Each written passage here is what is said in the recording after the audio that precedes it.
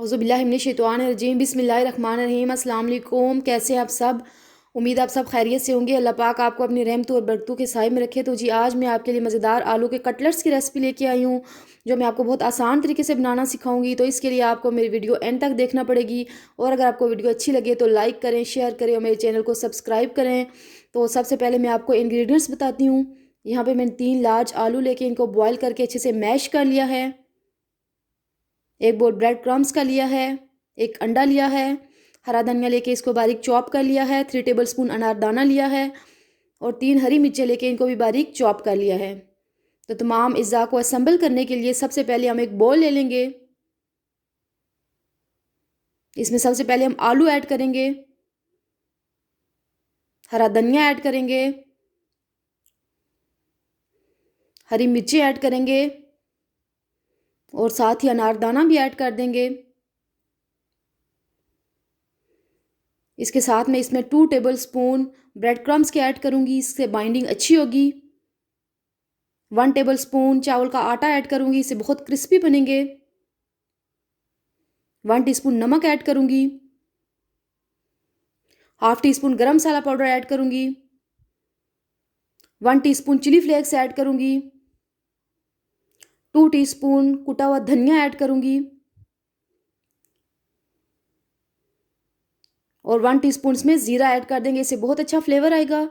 अब इसको अच्छे से मिक्स करके मसाला रेडी कर लेंगे। तो जी यहाँ पे इसकी मैं मिक्सिंग अच्छे से कर रही हूँ। अगर आप मेरे चैनल पर नए हैं तो मेरे चैनल को लाजमी सब्सक्राइब करें। तो यहाँ पे मसाला रेडी हो चुका है। इसके बाद हम अंडा लेके अंडे को बीट कर लेंगे। अंडे को अपने अच्छे से बीट करना है, जस्ट मिक्स नहीं करना। तो जी यहाँ पे अंडा बीट हो चुका है। उसके बाद मैं ऑयल की मदद से हाथों को अच्छे से ग्रीस कर लूँगी और मसाला लेके कबाब की शक्ल दे लूँगी। यहाँ पे मैं गोल कटलेट्स बना रही हूँ, आप किसी भी शेप के बना सकते हैं। साइज़ और शेप आप अपनी मर्ज़ी के मुताबिक रख सकते हैं। तो देखें यहाँ पे कटलेट्स रेडी हो चुका है। अब इसको सबसे पहले मैं अंडे में डिप करूँगी